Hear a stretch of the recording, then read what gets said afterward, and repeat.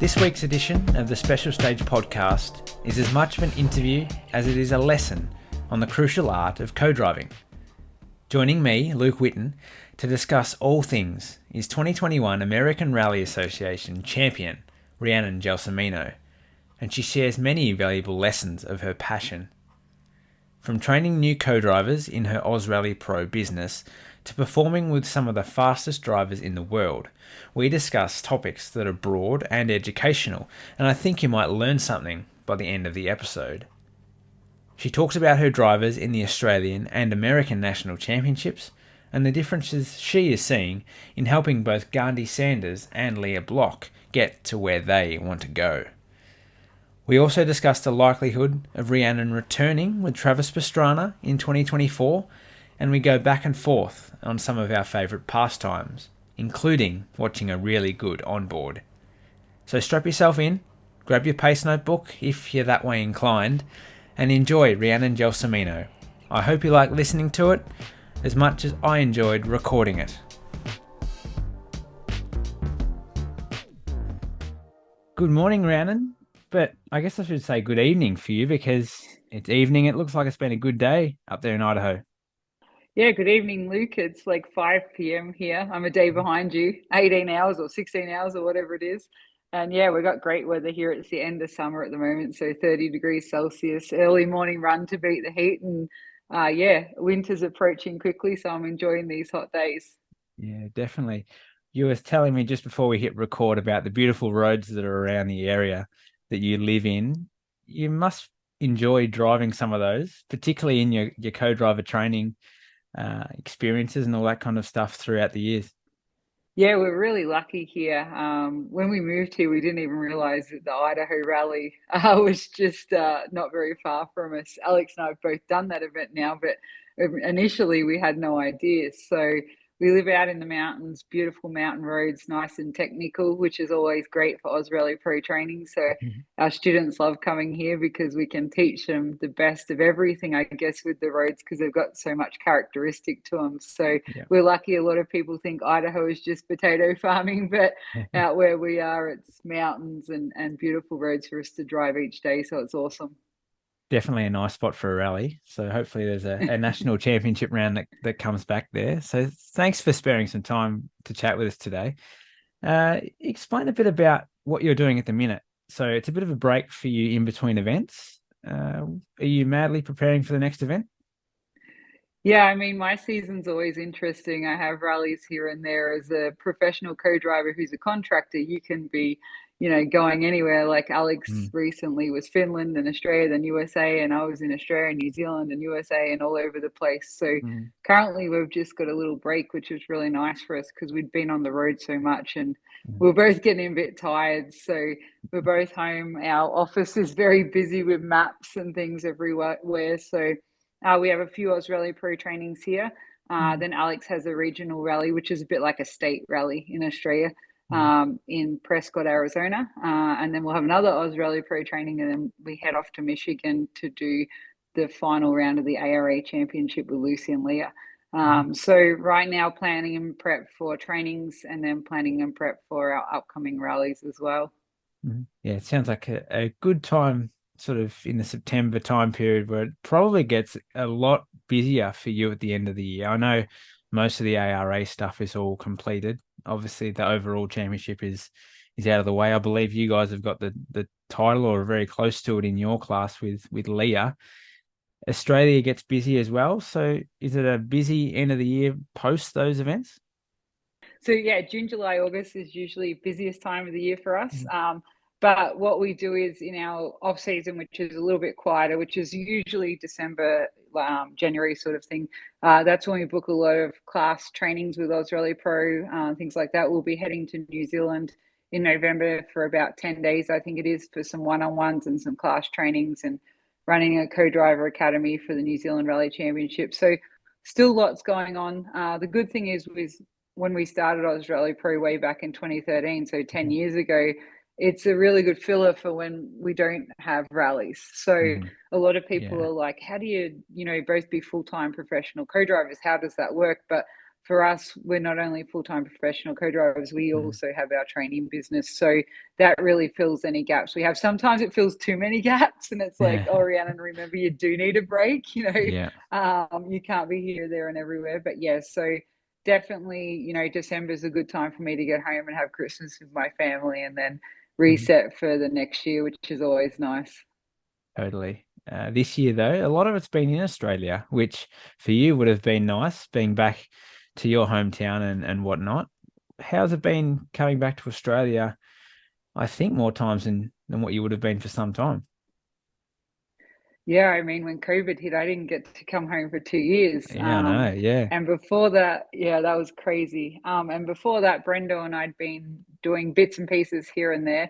Mhm. In 2016, we won a few rounds of the Australian Rally Championship and New Zealand Rally Championship. And then 17, 18, 19, I hadn't really got to do much with Brendo and hadn't raced much in Australia, to be honest. Mm. I was really busy with Toyota in 2017 and then I just got really busy here and there was a lot of clashes with dates. So getting Yeah. home made it quite difficult.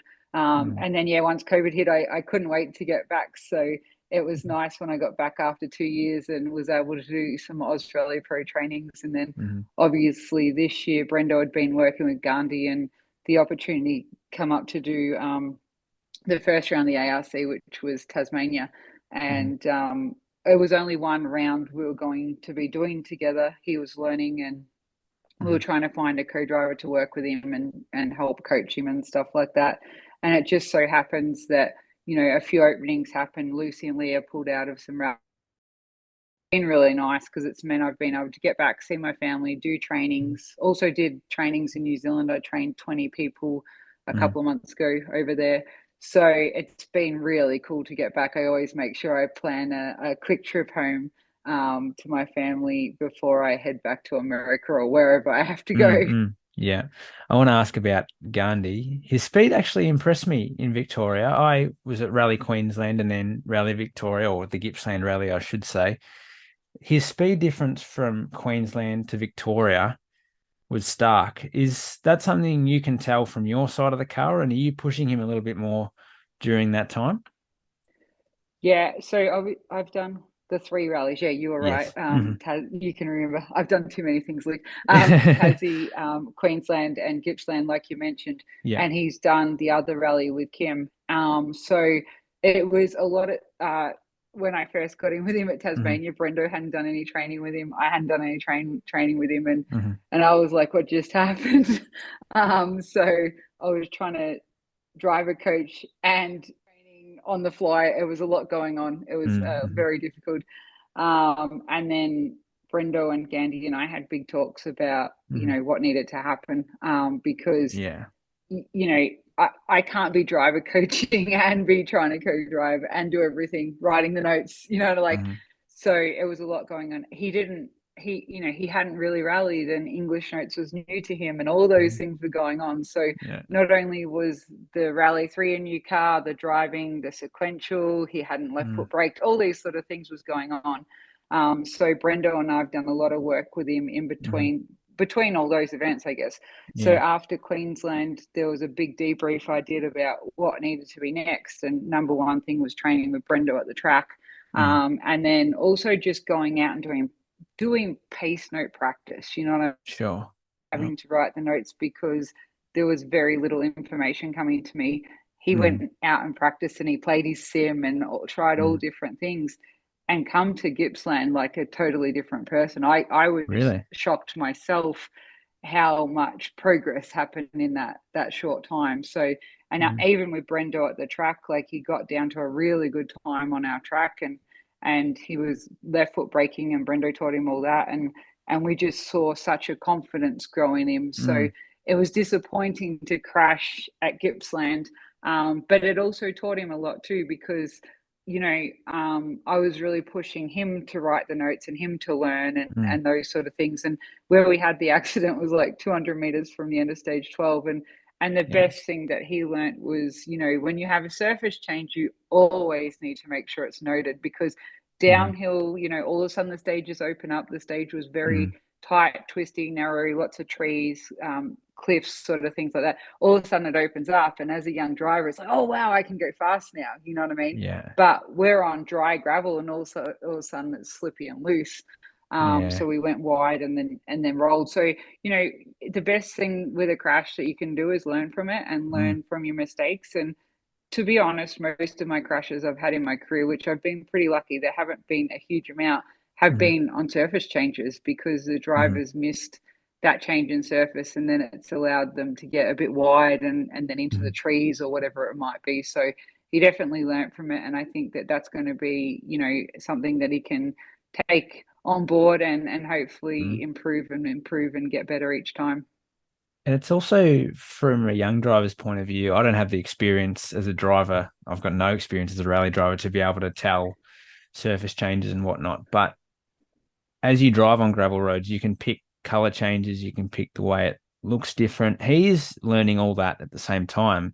On recce, you're probably pointing some of that out too to him. Is that right? Yeah, like the accessory notes, as I call them. You know what I Yeah. mean? Your Yeah. ins, your hugs, your whatever lates, your slippies, your loose, all those sort of things. They're still a work in progress. So I'm Mm, still having to point a lot out to them. And in this situation, like to come around a corner and then you've got a downhill straight and then the corner's slippy and loose, mm, and there's a bit of camber on it. All of those sort of things are really important in your notes. So when we're training people in pace notes and stuff, that one little word can be enough to keep you on the road. yeah. So in Yeah. this case, it could have been hug, three right, slippy. You know what I Mm, mean? Like, so then you hug the corner, it's slippy, and then you don't let yourself get out wide. mm, So like you said, it's really important to look for the changes in gravel, and it can be, like you mentioned, just a mm, change in color that you notice, and mm, and that mm, change in color is the difference in grip as you're going along. mm, So tarmac to gravel, all those sort of things. It's really important. Like we'll train a lot of people, and you might have a tarmac section, and they won't talk about the transition to tarmac back to gravel. And we're like, this is really important because mm, these sections really matter in your notes. So I think for drivers, it's really important that they learn those things. And like you say, mm. when you're new and the sport, like I guess even building your vocabulary of words to use in your pace Yeah. note, that's Yeah. that's such a new thing. You know what I Yeah. mean? So Yeah. um your glossary of pace notes, I say to the drivers, and I was a school teacher, so but those glossary of words that you build is so important for when Mhm. you are out there on recce and utilizing them all. Mm. And yeah, you got to learn what words to use. The buzzword, I guess, is you can use anything in your pace notes, but you might see something, but you've got no idea how you're going to describe it. But it's an experienced driver or an experienced co-driver that can then tell you, hey, this is what you need to call this, or this is what you could call it. For a brand new person to rallying, they're not going to know what hug means necessarily. They've got to learn that as much as they need to learn everything else. Yeah, and that's a really important thing. Like new people, what they're mostly worried about is obviously getting their corner degrees correct because Hmm. they want to make sure a three is a three and a four is a four, and then their distances between corners and getting all the Mm, crests and brows in. So that's all very overwhelming already. mm, And so then all of a sudden you start saying, they call in, and you're like, okay, well, what does in mean to you? And they give you five meanings. And it's like, well, yeah. you can't have five meanings for one word. So, because otherwise, when you hear in, then it's like, oh, did I put in because there's a big tree there? Or did I put in because I should hug it and get a better exit out so I can maximize the speed down the street? So, Mhm. like, even little things like that, you don't want to overcomplicate things. You don't want to Yeah. use difficult words, and you don't want to use words that aren't necessary, but Mm, you want to use words that mean what they mean in that situation. So as the driver comes in, obviously it's a really difficult process. You're mhm. flying along in the stage, you're hearing Yeah. these notes that the co-driver is delivering, and then you have to drive accordingly. And Mm, so if you hear something that you go, huh, all of a yeah. sudden you lose time. You know what I Totally. mean? So it's Mm, a good point you raised because a lot of new people, that's a lot going on. And even experienced people, if no mhm. one's ever said to them, hey, what does this mean? Or what does sometimes they might just hear like nips, for example. A lot of people use nips, it means tightens a little. And so we've trained people like, oh yeah, so what does nips mean to you? Because they'll use it and we're like, oh, that didn't, and they'll say to us and we're like, oh, okay. And they're like, isn't that what nips is? Like I watched such and such as on board and I was like, oh, I'll use that. And I'm like, Yeah. well, what it means to them, it means tightens Hmm. a little to them. But if you want to make it that to you, so be it. You know what I Sure. mean? So Yeah. it's always an interesting art, I say. Yeah. And over a number of years, you've probably developed your perfect pace note system as a driver. You could go and write some pace notes yourself, couldn't you? I think Travis thinks I write notes better than him because Yeah. I push him so hard.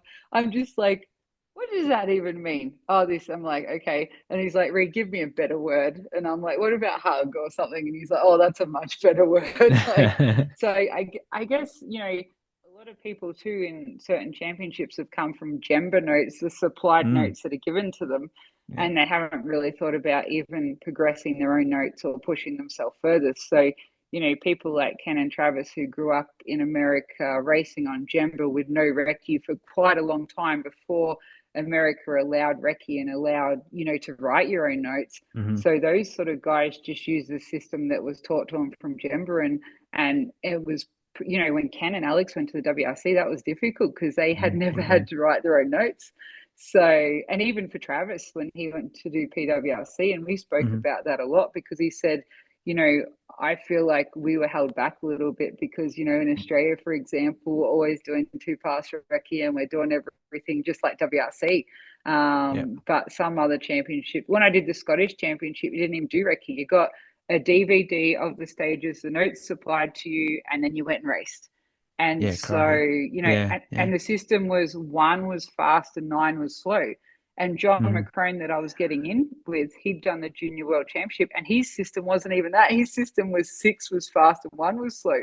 And we're Yeah. having to write race on these notes that make no sense to him, Yeah. but it makes you appreciate how amazing rallying in Australia really is. Mm. And it's even different in New Zealand as well. A lot of those are one pass recce, and they're moving towards a two pass recce. I know the Otago Rally does two pass recce nowadays, but if people want to get a progression to the World Championship or to regional championships and the like, to have two pass recce is so important because you, as much as anybody else, knows how important a good pace note is to being fast.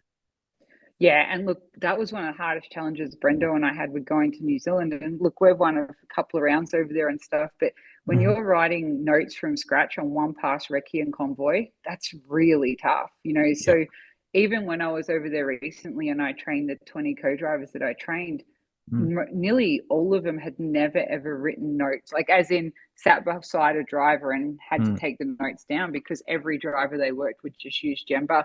And when I explained to them about planning a recce and a recce schedule, they didn't even know what that was because for them, recce was virtually always convoy one pass recce and you line up. So I Mm. think the class over there was really important because people wanted to know, hey, if I go do around the Australian Rally Championship, what does Yeah. that look like for me? You know what I mean? And Yeah. and so I think that it's really important for.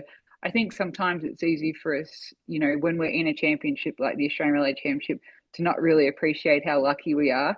And then when you Yeah. go away from it and you race in Scotland where there's no recce, Mhm. and then New Zealand where a lot of times one pass convoy recce, and then this year I've been lucky to come back for 3 rounds, and I've really appreciated how well the Australian Rally Championship really has been run. Like Adrian's doing a great job, Mhm. even how he runs his meetings and people can, give their opinions and the emails he sends out. Like in all honesty, I've been really impressed having Chris Atkinson as a safety delegate. All those Mhm. sort of things. Like I don't think people sometimes realise how good the Australian Rally Championship is, and I am Mhm. someone who has raced in countless different championships all over the world, and Mm. and I always look back and think, the Australian Rally Championship is actually a very good championship. Yeah, yeah, it sure is. It's going on along in leaps and bounds. Hopefully, you'll be there for the last round in Canberra. So we'll wait and see what that comes through with. Leah Block is another one you've been with thus far in 2023. How's it been stepping in with her and with or being involved with a family that you've had a long association with? Yeah, so Alex and I trained Leah a couple of years ago. Ken asked us to come and do some recce training with her Yeah. because she was obviously starting rallying. over here, a lot of people are like, oh, she got special permission because she's Ken Block's daughter.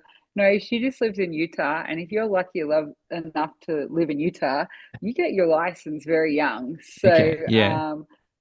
like 15 years old, she was allowed to start rallying, and that's because she had her driver's license. You know what I Wow. mean? So, Yeah.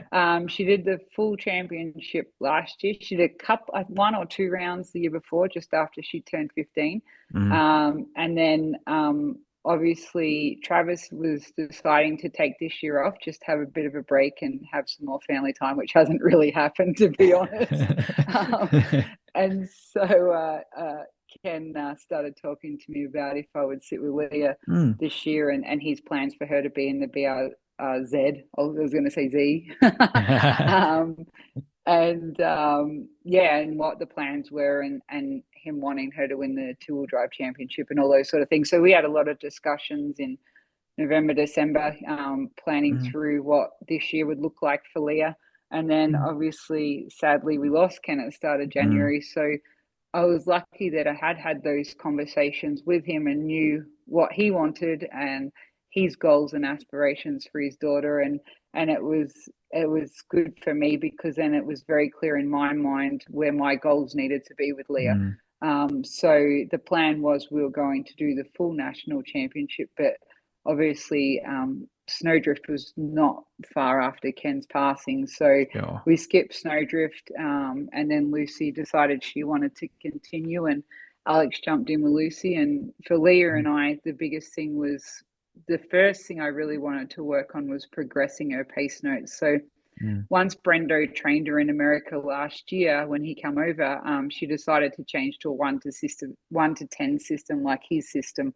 Mm. Um, when she sat with him in the car and stuff, she felt like it gave more, variance in the corners, Yeah. rather than just using a 1 to 6 with plus and minus. So that was something quite new, because she was focusing a lot on the 1 to 10 system, there was Mm. quite a few other things missing. And you got to remember, a 16-year-old girl writing pace notes that's tough. It's already Yeah. hard enough for a 30-year-old guy who's been racing for years. So Mm. there was an agreement that with her and I that on recce, if I noticed things that she might not, I would put them in. Mm. And then obviously we'd do our two passes of recce, and then on video when we would rehearse it at double speed, and be her checking the notes and listening if there was ever a situation where something didn't make sense, or Mm. I might have put something in and she wasn't sure about it. We could talk over it and things like that. So, Mm. this car is a really fast car that we're in. And the first round, which was 100 acre wood for us, we come second in two-wheel drive, which was an awesome Mm. achievement. It was, only 6-7 weeks after Ken passed away, and here she is in this new car and doing these fast times already. So, Yeah. that was a great start to the year, and then it just got better and better. We won all the two-wheel drive rounds after that, won the two-wheel drive championship, youngest ever winner. Mm. And she's just done a phenomenal job, and her notes are really strong now, and her driving ability is exceptional. And yeah, she knows how to control a car just like her dad did, and it's Mm. pretty amazing. I've never sat with a 16-year-old rally driver before. Brendo was 18 when I was allowed to get Yeah. in with him. So to sit beside, and especially it's so cool to see a female talent like this. You know what I mean? Mm. And Yeah. so I don't really know what Leah's future is in rally, because she's Mm. sort of really interested in track and stuff like that as well. Yeah. But I think, she'll be 17 next month, and she's so young that even if she went away from the sport for 3-4 years, she's still young enough to do the Junior World Championship at that point. So Totally. Yeah. I haven't really been pushing her too much because she's still doing school, and, Mm. there's a lot going on, and she achieved what Ken really wanted her to achieve this year. So I'm extra proud of that. And I just think that, now she just needs to sit down, assess what she's doing Extreme E right now this weekend, That's and right. she Yeah. does the rally cross, and then she does track. She was overseas doing another track test the other day, and she does karting, and she's always everywhere. So I think that whatever she does, she's got to love it. And if right now that's Extreme E and Mm. rallycross and circuit and whatever, and rally has a little bit of a break, to me, that's fine. You know what I mean? Mm. If she takes a break next year in the American Rally Association, that might lead you to another co-drive. Travis Pastrana is coming back to the ARA next year. Does that mean that you guys are going to link back up together? Is that set in stone, or are you guys still working through that as to what might happen? Yeah, so our deal, even with Ken, always was that Travis was taking a year off and I'd be back with Travis. So Sure. that was Great. always our deal Great. before Ken passed away. Yeah. But then when Ken passed away, Travis and I are like auntie and uncle to Leah. So Mm. we got very protective of her. So we're sort of like just waiting to see what's happening with her right now. But yes, that ride's there for me. But Mhm. so just wanting to check what she wants to do and make sure she's right to, do whatever it is, because obviously the co-driver is a really important role, and Mm. whoever's beside her, they need to understand her and understand her emotions and Yeah. everything that's going on. So Alex, Travis, and I all really want to protect her and make sure that's all right before we announce Mm. anything or go forward with that. So right now, she's still a busy little girl, and the first round, the American Rally Association, is in February, Snowdrift. Mm.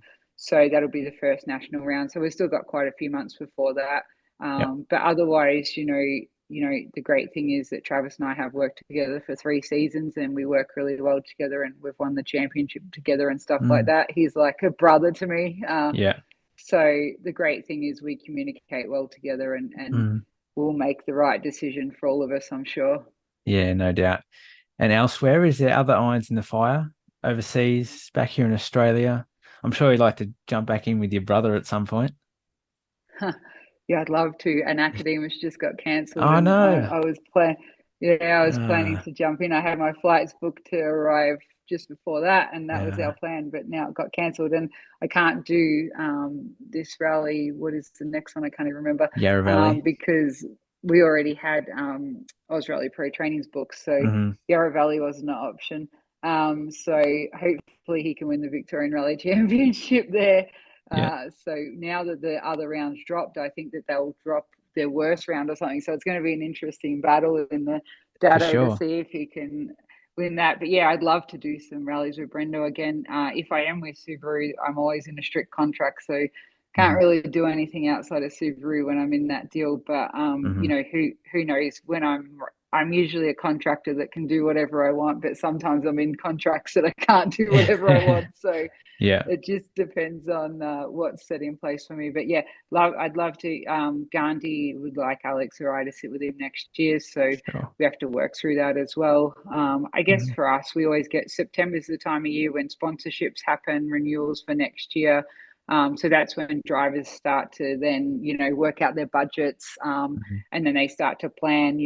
By the time end of October, November comes, that's when they start working out co-driver deals and stuff like that. Yeah. So we usually find our main deals really happen sort of in November, planning for the following year, unless you're in a position where, hey, you like when Travis and I worked 3 years in a row, or Ken and Alex for the 18 years they worked together, like Yeah. you sort of get set in place what's happening pretty quick in those ones. But Mm. when you're moving into new rides, September is usually a time when you're hoping that whoever it is finding enough budget and sponsors to continue for the next year. Totally.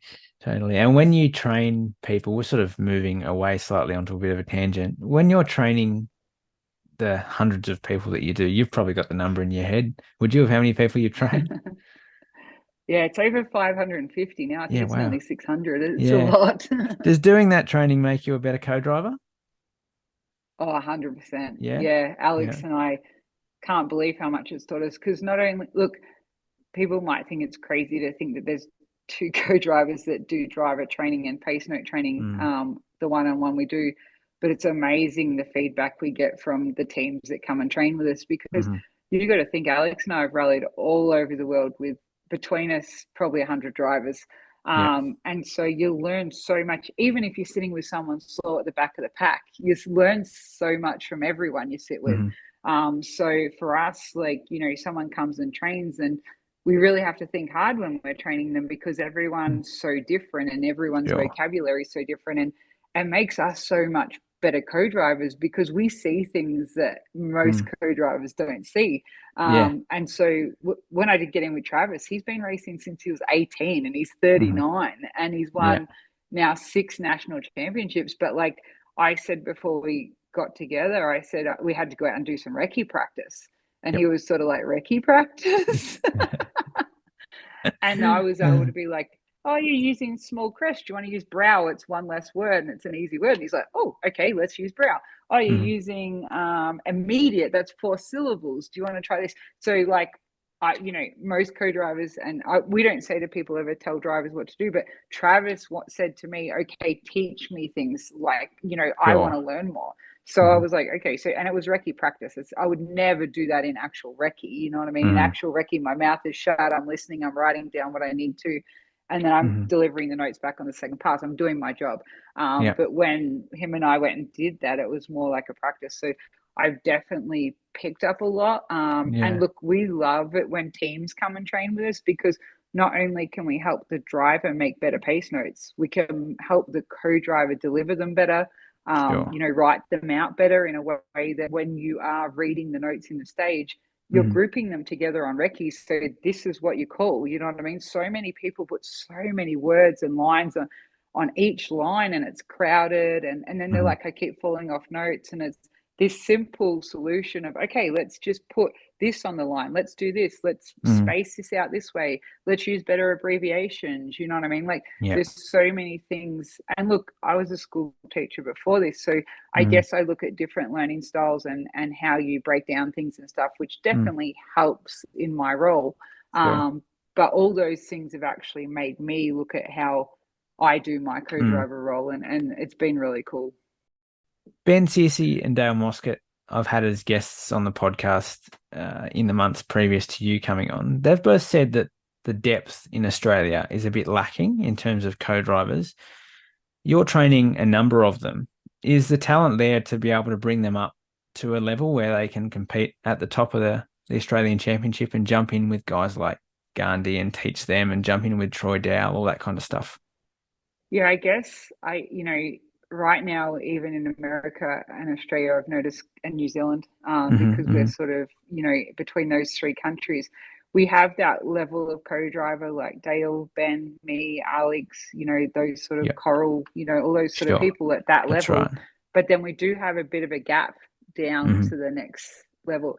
And that's been hard with finding a co-driver for Gandhi, to be honest, because we have that next level down here, but that next level down, they're not necessarily in the ability level to be able to help train and coach.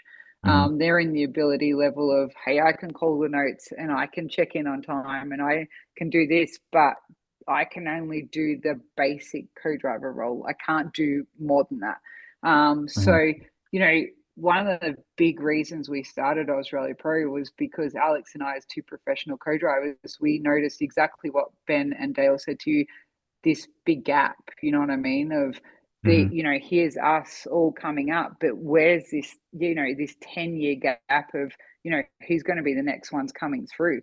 Who's going to dedicate so much of their life to the sport as we all have? Yes, In Australia, to be honest, we have some really strong professional co-drivers, which is we a do. fantastic thing. Especially for such a small country. Like when I've traveled all over the world racing, like I would say Australia has some of the strongest pro co-drivers in the world. But then, like you mentioned, it's like, how do we get that new blood? How do we get those people that want to be like Dale, who it's his full-time job, or me, and we've traveled all over the world, and this is what we do as our career.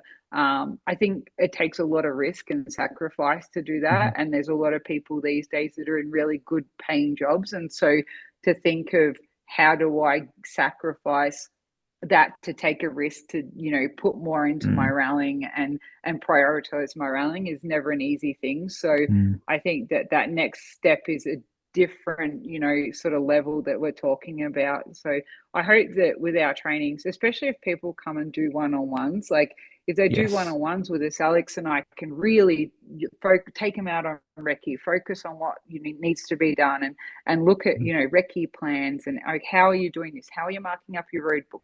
What do you do when you have to keep an eye on tires and all the things that, like, Yeah. so many co-drivers don't even know anything about tires. And it's like, oh, what pressures were you running? Oh, I got no idea. Whereas if you want to be a pro co-driver, you need to be able to know all facets of the job. You know what I mean? So when I'm in with Gandhi and he doesn't know about the tires, and we might have 12 tires that are control tires that we can use for that event, I'm doing the tire planning. Like I'm Mm, the one saying, okay, we need new fronts, put the pressures at this, do this and that. So mm, yeah, it's always something in the back of my mind, and it's a big reason why I do what I do. mm, Because I'm 42 years old. I hope I'm going to race for a few more years, but I want to see that 20 to 30-year age gap group in Australia, America, New Zealand coming mm. through and doing what I did. I've Yeah. raced in, I don't know, nearly 20 countries. And it's not because I was, given opportunities in a special way. It was because I was willing to take a risk and quit my teaching Mm-hmm. and go for it. So I think it's just a matter of, if we see that young talent, how do we then support them and help them grow and hope that they become an international co-driver Mm. like a few of us have in Australia. Yeah, totally. And for a regular state competitor or a state co-driver, let's say, to move up to an Australian championship level or a New Zealand rally championship level, from the note calling side of things happen a lot faster, obviously. When you're trying to move up that speed level and try and call the notes on time every time, what are some of the things that you focus on? Because clearly, let's say somebody's in a front wheel drive Hyundai XL going up into a four wheel drive car. Are there things that you would tell them to focus on when they're going up in speed? Yeah, one of the biggest things that they can do, because testing isn't always available to us, which makes it hard. So, Very you might hard. be doing that big jump, but you might even be able to get in the car before you do it. Hmm. So, one of the biggest things is we say, use technology to your advantage. Hmm. So, when we're training people, YouTube is such a great tool. So, Hmm. like if someone is in a little front wheel drive Hyundai, like you said, and they've been doing the XL series in the VRC, and all of a sudden they're going up and doing a step to a rally 3K with Gandhi in the Hmm. ARC. The biggest thing for me is, you can be sitting at home and practice as much as you like by using YouTube. So, Yeah. so many people love posting their videos. So what can you do? You can have your pace notebook and you stop and start the video, and you could do a video of Travis and I, who cares, Hmm. whoever it is, Yeah. and you write down the notes and you space them out properly and you make sure that everything's written well, neat and tidy, all those sort of things. And then you play the YouTube back with no volume and you call those notes to Hmm. the laptop or the TV or whatever it is. Oh, I was behind there. Why was I behind? Oh, if I underline this, if I group this together, if I put an arrow here, all these things are so important. And in all honesty, when way back in 2009 when I was jumping in with Emma Gilmore in the Asia Pacific Rally Championship. Like this is 13 years ago, 14 years ago. Hmm. I'd been sitting with Brendo, so I was lucky because he was really fast. But now I was getting with Emma, and Emma's note system was different to Brendo's. She used a 1 to 8, which is very popular in New Zealand. So what did I do? I got Emma to send me onboards. I got Emma to send me Glenn's scanned notes Hmm. for those onboards. I wrote all the notes in to my own handwriting, and then I called the notes back to Emma's onboard. So, anyone can do that. If it's some young Victorian that's moving to the Australian Rally Championship, get the notes of your driver, get the onboard of your driver, practice at home over and over and over. So when you Hmm. get to the rally and you test or whatever you're doing, you know the speed of the calls, you understand their system. You're not getting caught on a word because you're like, that word's really hard to say, or at speed, I Hmm. can't get it out, because realistically you've practiced it at home, over and over and over. So, when people say to me, I can't make that step, for me, I made that step back in 2009, and going to the Hmm. Asia Pacific was a huge step for me. Yeah. I was so new in my career, but by doing that work, which you can do anytime, it could be if your driver says to you, I don't have notes and I don't have onboard, we'll just go to YouTube. You know what I mean? Like There's so many make, on there. make Mm. exactly make it what make the most of it, because you put in the work. Too so many people are too lazy, and I do hours and hours of preparation, and Hmm. people are like, yeah, but you're a full-time co-driver. Hey, wait, I was a PE teacher that was Mm. also co-driving when I was PE teaching Brendo, and I was doing the Australian Rally Championship. I was doing Asia Pacific with Emma. Like I had all those things going on. Hmm. I couldn't become full-time professional until I made that decision that, hey, I could do this enough that that's the case. So I feel like even if you have a full-time job, if you really want to do well, you just Mm, have to put the work in and the effort, and you'll be able to do it. You know what I mean? exactly. And is there something that you do when you're reading the pace notes? Let's say your first three or four calls in a stage or something like that, to say, yep, I'm all good with this and I can perform at my best? Do you need to make sure that something's right in the car, something's right on the notes, something's right between you and the driver? Do you have anything that makes sure that you're on your best game?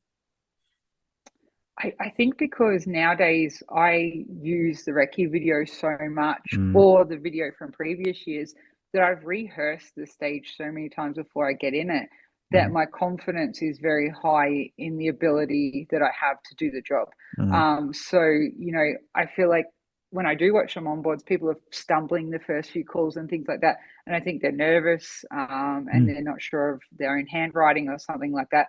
But for me, like, I do those two passes of recce, and then I watch the onboards from recce at double speed at least twice. Once with my driver, and my driver, when I'm calling it double speed, it's very similar to being in the rally car with them. So mm, I'm calling those notes, they're watching, they're checking everything. If there's a tongue-tied one, or there's too many words, or something doesn't make sense, that's when we pause it, and the driver and I work out, okay, wait, this doesn't work. Or maybe if we call it hug three left late in, and it might have said hug late three left in, like it didn't just mm. flow, you know what I mean? Yeah. So getting all that worked out before you get in the stage, and if you have the onboard from last year, even better, because you finish recce and you can be calling it's the onboard from last year, and oh wow, we lost time on that corner, like why did we lose time? Mm, So then when I get like in the Subaru with Travis, that car's like nearly like a world rally car. yeah. So if I'm not on my game and I'm not calm and collected in that car, and he hears, like, sometimes women can be very pitchy with their voice. Like, women have a higher pitched voice than men. We know that.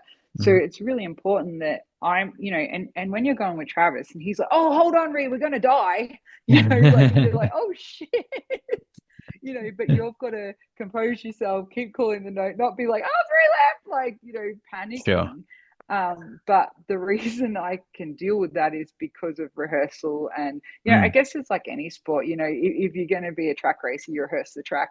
mm, I don't remember it. I just rehearse it to the point where I'm really happy. And it could take three times after a kid. Just depends on how good the notes are, how happy I'm with my timing. And, there's so many things I teach to students. Like, so many students rush notes. So, like, just say there's a six left, opens very long, tightens three.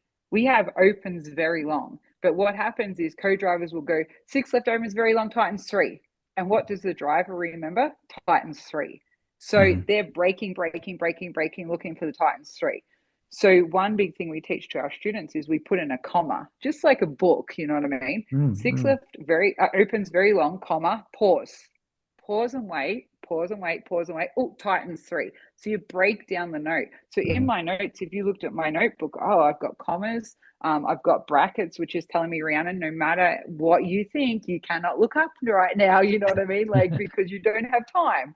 Yeah. And so we teach this to our students. So our students, that when we watch their onboard and they're getting too far behind, they're getting too far in front, whatever it is, it's Mm, because their notes are just written. They're not written like a story. And pace mm, notes tell a story of the road. So if you can tell a story of the road by having pauses, by having commas, and by going faster, by having brackets and underlining or arrows or whatever it is, even for me, if I have a series of left corners, for example, a mm, left, a left, a left. So there's five lefts. I draw a line down the side and it says focus above it. And that focus tells me you're going to have a series of corners the same direction. Don't get confused because they're all fives or sixes or sevens or whatever, and they're all lefts, you know what I mean? yeah. And don't get confused which one you're on, because if you do, then there's a three right coming soon. So we teach all that to the students. So I had to learn that through years of experience, whereas Yeah. we teach that to them. And so when they go out, they do a better job. And like, we trained a husband and wife from South Australia when we were home recently, and the best Yeah. they'd ever got was fifth in the South Australian Rally Championship. She'd never done a rally before, and they ended up second outright. And it was just Yeah. because they come and trained. They did 2 days with us. They did the co-driver class, both of them did, and then they did a one-on-one day. And we just taught them everything we know. And everything we know can be, hey, you need a comma here. Oh, you need this here or Yeah. whatever. And it's amazing how much better job you can do as a co-driver if you remember that the road is, you're telling the story of the road. And that's Mm. the best way that I explain it to people. It's not all about rushing. It has pauses. It has changes of tone. It has, Mm. it has spots where you do have to be fast, but you don't want to rush it because then the driver may not understand what you're saying. So Yeah. it is a cool art, to be honest. It sure is. It's got a nice rhythm to it. When you watch a good onboard and the co-driver's in sync, the driver's in sync, it ebbs and it flows and it goes the way it should, which is really, really good.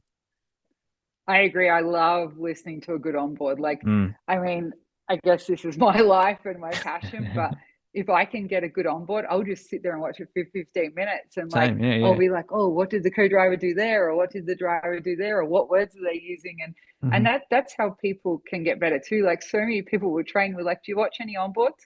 Not really. Okay, start watching onboards. You know what I Yeah. mean? Like, because to me, onboards is one of the best. We have all this WRC live now. You can watch it Mm. live on TV. Like, I just think all this stuff's so cool for us. Like when I started racing when I was 24, I didn't have GoPros and everything set up on my recce, and I made more mistakes than I would now because of not having the technology I have now and the skills that I have now. So I always say to people, if we have the technology available, we should use it. And Mm. that includes YouTube and things like that. Yeah. There's so many resources out there and so many knowledgeable people like yourself and Alex to be able to teach everybody how to do it. But I think this podcast has added to, I guess, the knowledge base of a lot of people who'll be listening to it. So, Ree, thanks so much for your time. We've got to make sure people can keep signing up to Oz Rally Pro to keep their co-driving up at the level it should be. But thank you so much for your time. Thanks for having me, Luke. It was great to talk to you, mate.